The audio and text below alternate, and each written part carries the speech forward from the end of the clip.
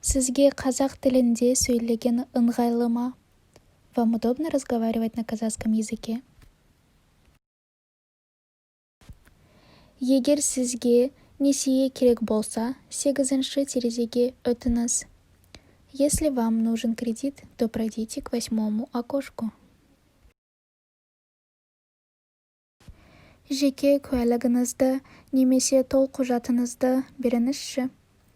Дайте ваше удостоверение личности или паспорт.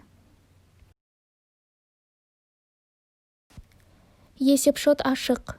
Төлеу үшін кассаға барыңыз. Счет открыт. Пройдите на кассу, чтобы оплатить. Біздің ұсынысымыз сізді қанағаттандыра ма? Вас устраивает наше предложение?